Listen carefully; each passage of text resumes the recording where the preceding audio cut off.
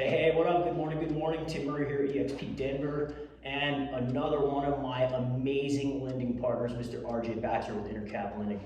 So this morning, we just got done working out. If you haven't got your workout in, if you haven't excused yourself from your desk and given yourself permission to move your ass, go move your fucking ass. It's important. It's important. It's important for your brain and your heart and all that shit. So anyways, we just got done moving our asses, and as always, when I interact with the mortgage people, I've got all the questions about what is preventing a renter right now from buying a house. So I know like some of the variables that I know you can tell me about numbers wise, like how many loan applications have you seen recently? I don't know, in the last month? Probably 25 in the last month. Perfect. Like that. And of those 25, the ones that you weren't able to approve, what are you seeing? What's happening? Where did you drop the ball? There's a lot of things with first-time buyers. There's three main categories. There's income. Sometimes people don't have enough income to qualify. Okay. There's down payment. Okay. Sometimes there's not enough down payment. There's assistance that we can get for that to help with down payment assistance. And then there's credit. Okay. So sometimes credit isn't quite up to snuff, or the credit score is a little lower than they would hope, so they can't quite get the mortgage that they want to get. Okay. So let's address one of those, credit, because I think everybody's familiar with their credit score. If you're not, you should get familiar with it. Where are the break points?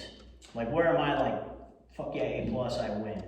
So anything above what? Yeah, so A+ is 740 and above. 740, right? You hear that, people? 740. Yeah, your scale goes north of 8. You don't have to have 8. You have to have 740. 740. Yeah. and really, for anybody, a 680 even is, I mean, that's more than adequate to qualify for a really competitive mortgage. Perfect. You can go all the way down to 620 and even 580, but as the score gets lower, it becomes harder and harder to qualify. So that's something we have to look at. Also, the interest rate goes up as the credit score goes down. Perfect. I think the other big one you mentioned, the first thing was like income, right? So probably a lot of people out there, you might be on a fixed income and you're like, yeah, I don't have any money in the bank. I'm like, I use all my income for all this other shit. Yeah, cool, you're an American, that's what we do. We make money, we fucking spend it, right? Cool, good job. Now, what about the ratios? Because that's what you guys look at, is ratios. What are you looking at? Right. So there's maximums. Okay. For example, there's one popular kind of loan called FHA, and the maximum on that is 57% of your gross income can be all your total payments. So the mortgage payment, car payments, credit cards.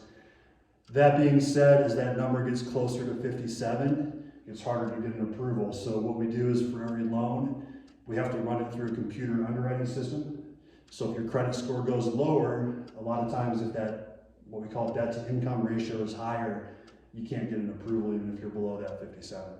Okay, perfect. So debt to income ratio, you guys hear that? It's a big one. You got to understand that if you're going to play this game. So let me ask you some basic questions.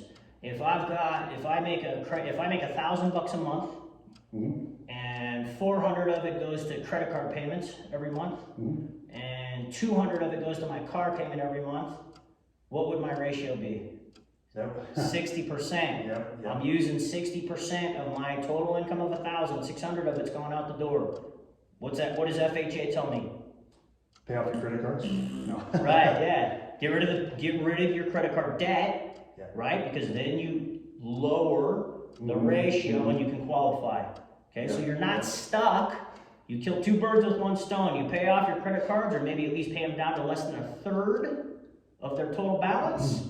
Your credit score goes up, and you just increased your debt to income ratio. You decreased it, which makes you more qualified. Yeah. Right? Yep. So check this out. So we have a program right now called the Pathway to Qualification. Cool. So if you have a lease expiring as much as 12 months from now even, we can put you into this program and help you to look at steps you can take to become a homeowner when your lease expires. Perfect. You heard it here first. RJ Baxter, Intercap Lending, Tim Murray, eXp Realty Denver. If you're renting right now, even if you're in the middle of your lease or you just signed a new lease, up to 12 months, we'll coach you how to make sure the next lease you sign is a pre-approval letter so we can go buy your dream home. You and me, we get to go shopping together. RJ gets the money. Let's do it. Thanks, bro. Thank you.